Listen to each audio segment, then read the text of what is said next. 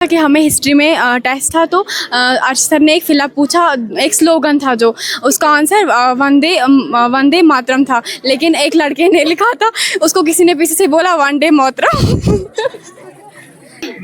तो एक बार अजहर सर हमारी क्लास में आए, उस दिन उन्होंने नई शर्ट लाई थी, तो वो हमसे लगे कहने शर्ट कसम शर्ट मुट मचुस लगन ज़्यादा हाई म्याई बाइक लगस बुलाएं ताफ चु सदन वारा कितकन गस्मई घर।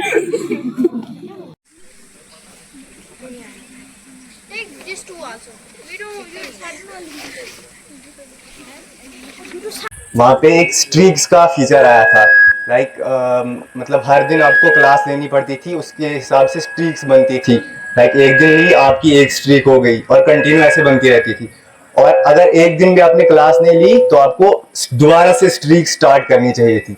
तो ये आइडिया हम यहाँ पे भी लगा सकते, अटेंडेंस के लिए लगा सकते हैं या किसी भी चीज़ के लिए कि आपकी स्ट्रीक बन रही है और फिर अगर वो स्ट्रीक 100 या कुछ हो गई, आपको कुछ प्राइज़ मिल रहा है वगैरह। ये थे, लेकिन एक शेर सर पे सुनाऊंगा, वो ये है कि मैं भी कमा के दौलत सारी उन्हीं को दूंगा, मैं भी कमा के दौलत सारी उन्हीं को दूंगा, मैं जानो दिल से खिदमत माँ बाप की करूँगा। रियलिटी में है, हर फैमिली वेल सेटल्ड नहीं है। कुछ फैमिली है जो फाइनेंशियली स्टेबल नहीं है, तो उनके पास अगर 2 बच्चे हैं तो वो ज़्यादा प्रेफर करते हैं कि हमारा लड़का ही एजुकेटेड हो, लड़की को ज़्यादा गवर्नमेंट स्कूल या ऐसे ही मतलब ज़्यादा उस पर फोकस नहीं करते, और लेकिन लड़कियों के अंदर आज कैलिबर है उतना कि वो कुछ कर सकते हैं।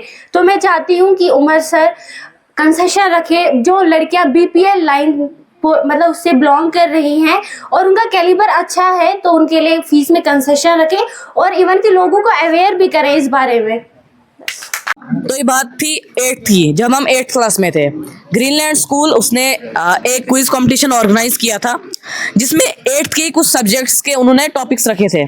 हमारे स्कूल ने भी उसमें पार्टिसिपेट किया था। हमारे स्कूल से मैं, मुशफ़िक और 7th की गर्ल्स थी। हमने 1 महीने लगाकर उसमें बहुत ज़्यादा मेहनत की थी। हमारे टीचर्स ने कुछ छोड़ा नहीं था हमें उसको तैयार कराने के लिए। लेकिन जब हम उधर गए, जब पहली 2 सवाल जो आए हमें वो गलत हो गए, पहली 2 सवाल। फिर जो तीसरा सवाल आया उसका हमें जवाब आता तो था, लेकिन जब हम उठे, मुशफ़िक जब उसका जवाब देने उठा तो टाइम ख़त्म हो गया था तब तक। लेकिन हमने हार नहीं मानी, क्योंकि हार्ड वर्क जो है वो कभी ज़ाया नहीं होता। अब हमने मन ही मन ये सोच लिया था कि जो हमने मेहनत की है, 1 महीने लगाकर मेहनत की है, उसको हमने ज़ाया होने नहीं देना है। हमारे टीचर्स ने जितनी हम पर मेहनत लगाई है 1 महीने, हमें उसको ज़ाया नहीं होने देना है। उसके बाद जितने भी हमें सवाल आए हमने उसके सही जवाब दिए और एक बिग मार्जिन से हमने वहाँ पे फर्स्ट पोजीशन हासिल की।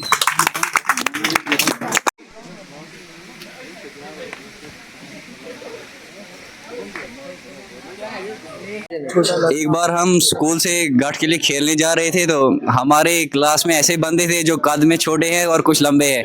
तो हमारे साथ एक छोटा कद वाला एक ही बंदा था और वो शरारती भी था। वो हमारे बीच मौजूद भी है अभी, तो आप समझ भी गए होंगे वो कौन है। तो हम गांठ के लिए जा रहे थे, तो आगे से डंपर वाला आ रहा था और इसको मतलब उसका छोटे कद वाले को आदत थी बातें करने की, ज़ोर से बातें करने की, और किसने पता नहीं डंपर वाले को क्या बोल दिया, कुछ उसको सुनाई दिया। वो आगे रुक गए, उसने रॉड निकाला, बाहर निकला। फिर बोलने लगा किसने निकाली, तो हमने नाम लिया उस छोटे कद वाले का। हमने उस नाम लिया उस छोटे कद वाले का, तो उसने बोला उस छोटे कद वाले को तो कप के जितना ऊपर से पड़ेगा तो जमीन के नीचे ही दब जाएगा। दरअसल इस प्रोग्राम के कई मकासद होते हैं और उन मकासद में से एक बुनियादी मकसद ये है कि आपको उन हम जमातों से मिलने का और बातें करने का मौका मिलता है जो कभी आपके साथ पढ़ा करते थे और आज मुख्तलिफ स्कूलों, कॉलेजों और यूनिवर्सिटियों में ज़ेर तालीम है।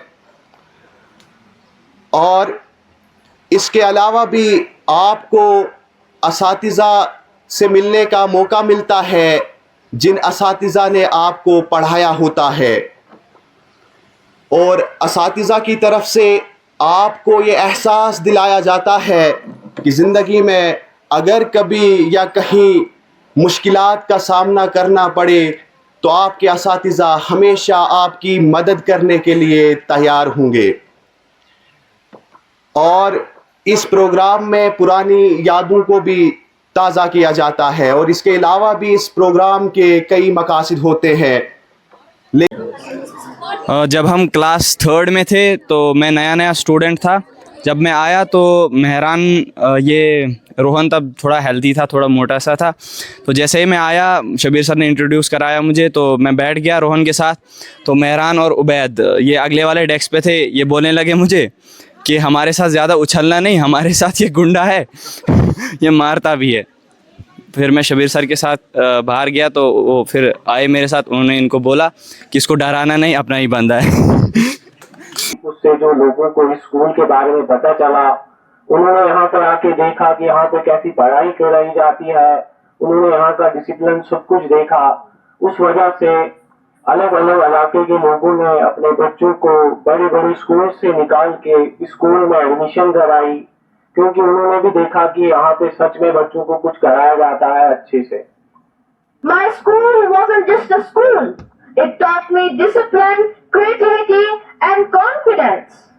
Even my friends from my new school appreciated and admired the strong foundation that I got here. What I love about my school is how the teachers made the learning fun.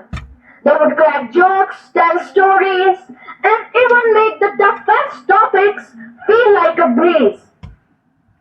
ये मतलब एक बहुत सारे differences दिखे, but biggest difference I found in IMS and other schools is the fluency of the students of IMS in English speaking. It's a very big thing. तो ये सारी मेहनत मिस्टर तनवीर सर की है और हमारे प्रिंसिपल उमर सर की भी, जिन्होंने ऐसा स्टाफ, बहुत वेल क्वालिफाइड स्टाफ रखा है स्कूल में। उसके अलावा इकबाल मेमोरियल हमारी जिंदगी की सबसे बड़ी यादगार है और सबसे पहली यादगार इस school. For me, memories are the moment that stay with us long after we have left the classroom. One memory that stands with us is the legendary quiz preparation that turned into a secret mission. So basically, in 2023, I got selected for the quiz day.